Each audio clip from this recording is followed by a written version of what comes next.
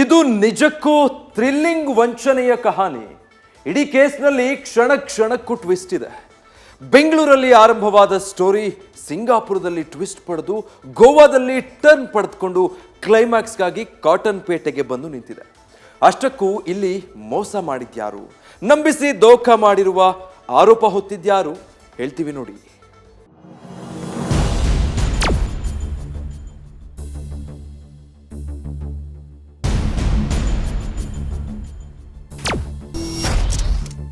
ಎಲ್ಲಿಯ ತನಕ ಮೋಸ ಹೋಗೋರು ಇರ್ತಾರೋ ಅಲ್ಲಿಯ ತನಕ ಮೋಸ ಮಾಡೋರು ಇದ್ದೇ ಇರ್ತಾರೆ ಅನ್ನೋ ಮಾತು ಮತ್ತೆ ಮತ್ತೆ ಪ್ರೂವ್ ಆಗ್ತಿದೆ.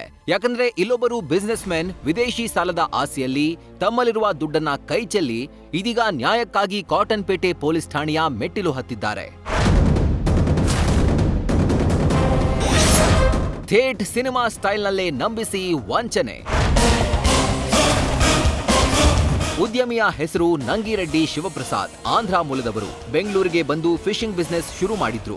ಶಿವಪ್ರಸಾದ್ ಬಿಸ್ನೆಸ್ ಡೆವಲಪ್ಗಾಗಿ ಲೋನ್ ಮಾಡಲು ಮುಂದಾಗಿದ್ರು. ಆದ್ರೆ ಇದೀಗ ವಿದೇಶಿ ಸಾಲದ ಆಸೆಯಲ್ಲಿ ದೊಡ್ಡ ವಂಚನೆಯ ಬಲೆಗೆ ಬಿದ್ದು ವಿಲವಿಲ ಅಂತಿದ್ದಾರೆ.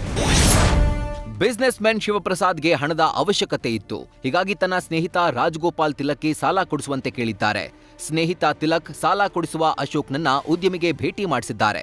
ಸಾಲದ ಕೆಲವೊಂದು ಪ್ರಕ್ರಿಯೆ ಇದೆ, ಅದನ್ನ ಮುಗಿಸಬೇಕೆಂದು ಹೇಳಿದ್ದ ಅಶೋಕ್ ಉದ್ಯಮಿಗೆ ರಾಜಾಜಿನಗರದ ರಘು ಎಂಬ ಲೆಕ್ಕ ಪರಿಶೋಧಕರನ್ನ ಮೀಟ್ ಮಾಡಿಸಿದ್ದ. ಈ ರಘು ಶಿವಕುಮಾರ್ನನ್ನ ಪರಿಚಯಿಸ್ತಾನೆ. ಈತನೇ ಪ್ರಕರಣದ ಪ್ರಮುಖ ಆರೋಪಿ. 20 ಕೋಟಿ ಸಾಲದ ಹಣ ಹೊಂದಿಸಲು 25 ಲಕ್ಷ ಬೇಕು. ಅದನ್ನ ಕೊಡುವಂತೆ ಶಿವಕುಮಾರ್ ತಿಳಿಸಿದ್ದ. ಅದರಂತೆ ಮೈದುನ ಮಹೇಶ್ ಬಾಬು ಬಳಿ ಹಣ ಪಡೆದಿದ್ದ ಉದ್ಯಮಿ ಶಿವಪ್ರಸಾದ್ ತಿಲಕ್ ಹಾಗೂ ರಘು ಮೂಲಕ ಶಿವಕುಮಾರ್ಗೆ ತಲುಪಿಸಿದ್ರು. 20 ಕೋಟಿ ಲೋನ್ ಬೇಕು ಅಂತಂದ್ರೆ 25 ಲಕ್ಷ ರೂಪಾಯಿಯನ್ನ ಕೊಡಬೇಕಾಗತ್ತೆ. ಹಾಗಾಗಿ ಆ ಅಮೌಂಟ್ ಅನ್ನ ನೀವು ರೆಡಿ ಮಾಡ್ಕೊಳ್ಳಿ ಅಂತ ಹೇಳಿ ಶಿವಕುಮಾರ್ ಅವರು ನಂಗಿರೆಡ್ಡಿ ಪ್ರಸಾದ್ಗೆ ಹೇಳ್ತಾರೆ. ಹಾಗಾಗಿ ಅವ್ರ ಹತ್ರ ಅಷ್ಟು ದೊಡ್ಡ ಮೊತ್ತದ ಅಮೌಂಟ್ ಇರೋದಿಲ್ಲ. ಅವ್ರೇನ್ ಮಾಡ್ತಾರೆ, ತನ್ನ ಮೈದುನ ಕೀನ್ಯಾ ದೇಶದಲ್ಲಿರುವಂತಹ ವೈದ್ಯರಾಗಿರುವಂತಹ ಮೈದುನ ಮಹೇಶ್ ಬಾಬು ಏನಿದ್ದಾರೆ ಅವರ ಬಳಿ ನನಗೆ 25 ಲಕ್ಷ ರೂಪಾಯಿ ಹಣವನ್ನ ಕೊಡಿಸುವಂತೆ ಕೇಳ್ತಾರೆ. ಅವರು ಕೂಡ ಉದ್ಯಮಿ ಹೇಳ್ದ ಹಾಗೆ ಹಣವನ್ನ ಟ್ರಾನ್ಸ್ಫರ್ ಮಾಡ್ತಾರೆ. ಆ ಹಣವನ್ನ ಇವರಿಬ್ರು ಸೇರ್ಕೊಂಡು ಅಂದ್ರೆ ಅಶೋಕ್ ರಘು ಇವರ ಮೂಲಕ ಶಿವಕುಮಾರ್ಗೆ ಕೊಡುವಂತಹ ಕೆಲಸವನ್ನ ಮಾಡ್ತಾರೆ. 25 ಲಕ್ಷ ಹಣ ಟ್ರಾನ್ಸ್ಫರ್ ಆಗ್ತಾ ಇದ್ದಂತೆ ಈ ವಂಚನೆಯ ಕಹಾನಿಯ ಲೊಕೇಶನ್ ಶಿಫ್ಟ್ ಆಗೋದು ಕಾಟನ್ ಪೇಟೆ ಟಾಕೀಸ್ಗೆ. ಇಲ್ಲಿನ ಥಿಯೇಟರ್ನಲ್ಲಿ ಶಿವಕುಮಾರ್ ಸೋದರ ಉದಯ್ ಸಂಬಂಧಿ ಉಮೇಶ್ ಹಾಗೂ ಪುಟ್ಟಸ್ವಾಮಿ ನೇತೃತ್ವದಲ್ಲಿ ಚರ್ಚೆ ನಡೆಯುತ್ತೆ.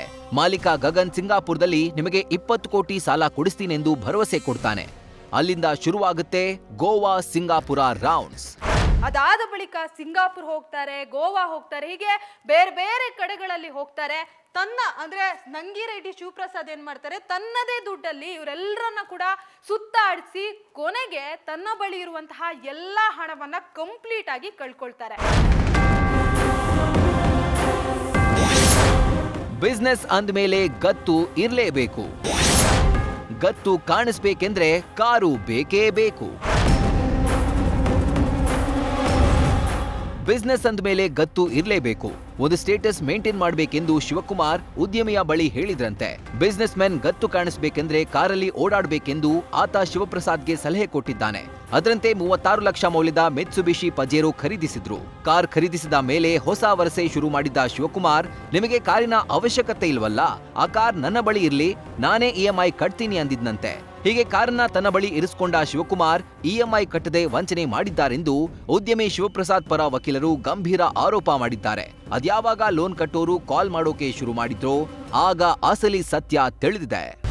ముందు ఇచ్చిన డబ్బు కాకుండా రిజిస్టర్ ఆఫీస్కి అని చెప్పి తీసుకొచ్చిన రిజిస్ట్రేషన్ అని తీసుకొచ్చిన 36 లక్షల రూపాయలు కూడా డబ్బు మొత్తం పోయింది నా దగ్గర. ఆ రిజిస్టర్ ఆఫీస్కి ఇచ్చిన డీడీలు అయితే నేను వెనక్కి తీసుకొని మార్చుకున్నాను. కానీ శివకుమార్కి ఇచ్చిన డబ్బు కానీ క్యాష్ కానీ చెక్కులు కానీ ఏవి రిటర్న్ రాలన్నా. దానివల్ల ఆ 1,10 లక్షల రూపాయలు ఖరీదు చేసే ప్రాపర్టీ అతను అమ్మేసుకుని దానివల్ల కూడా నేను కంప్లీట్ లాస్ అయిపోయి ఫ్యామిలీ మొత్తం అందరి దగ్గర బ్లేమ్ అయిపోయి అంత చీటి మోసం చేసి నువ్వు మా దగ్గర అందరి దగ్గర రాయించేసుకుని నువ్వు ప్రాపర్టీ అమ్మేసుకున్నావు అని చెప్పి ಫ್ಯಾಮಿಲಿ అందరి ಜೊತೆ నేను ಮಾಟಪಡ್ಡಾನೆ. ಒಟ್ನಲ್ಲಿ ಇತ್ತ ಲೋನ್ ಹಣ ಇಲ್ಲದೆ, ಕಾರು ಇಲ್ಲದೆ, ಸಾಲದ ಹಣ ಕೂಡ ಇಲ್ಲದೆ ಬಿಸ್ನೆಸ್ ಮೆನ್ ಶಿವಪ್ರಸಾದ್ ಕಂಗಾಲಾಗಿದ್ದು ಕಾಟನ್ ಪೇಟೆ ಠಾಣೆಯ ಮೆಟ್ಟಿಲು ಹತ್ತಿದ್ದಾರೆ. ಶಿವಕುಮಾರ್, ರಘು, ಉಮೇಶ್ ಸೇರಿ 7 ಜನರ ಮೇಲೆ ದೂರು ದಾಖಲಿಸಿದ್ದಾರೆ. FIR ಕೂಡ ದಾಖಲಾಗಿದ್ದು ನ್ಯಾಯದ ಎದುರು ನೋಡ್ತಿದ್ದಾರೆ. Ankita Roy, news first, Bengaluru. News first ನಿರ್ಭೀತಿಯಿಂದ ನಿಮ್ಮ ಪರವಾಗಿ.